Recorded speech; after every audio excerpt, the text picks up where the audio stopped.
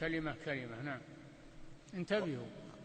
قال: وله من حديث ابن عمرو نحوه وقال: فقلت كيف أصنع؟ كيف أصنع يعني إذا حدثت الفتن. نعم. قال: الزم بيتك.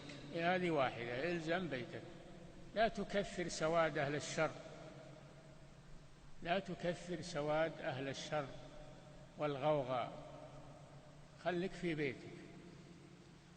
نعم. واملك عليك لسانك. وهذه الثانية، لا تتكلم تشجع الأشرار وتشجع الغوغاء، أمسك عليك لسانك، لا تتكلم بكلام يزيد الفتنة. نعم. وخذ ما تعرف.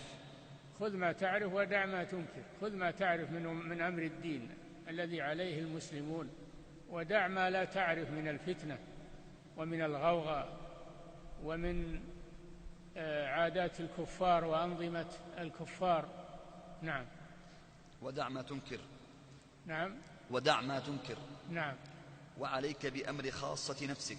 عليك بخاصة نفسك، انجو أنت أولا، ولا تقول أبا أخلص الفتنة وأبا أقاتل حتى ينتصر الإسلام. لا، الفتنة لا تدخل فيها، لا تدخل فيها إلا إذا كان جهادا في سبيل الله تحت راية مسلمة.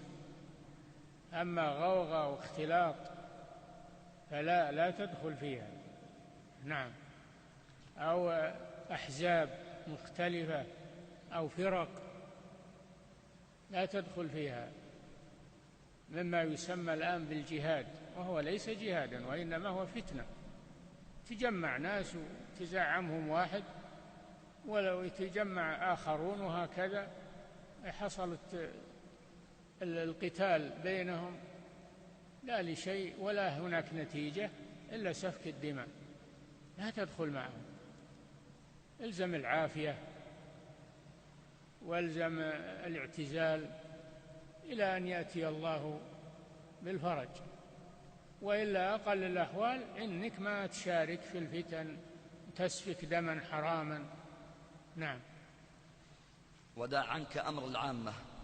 إيه نعم، دع عنك أمر العامة والغوغاء والطيشان الذي لا فائدة فيه ولا ينتهي إلا إلى ضرر. نعم.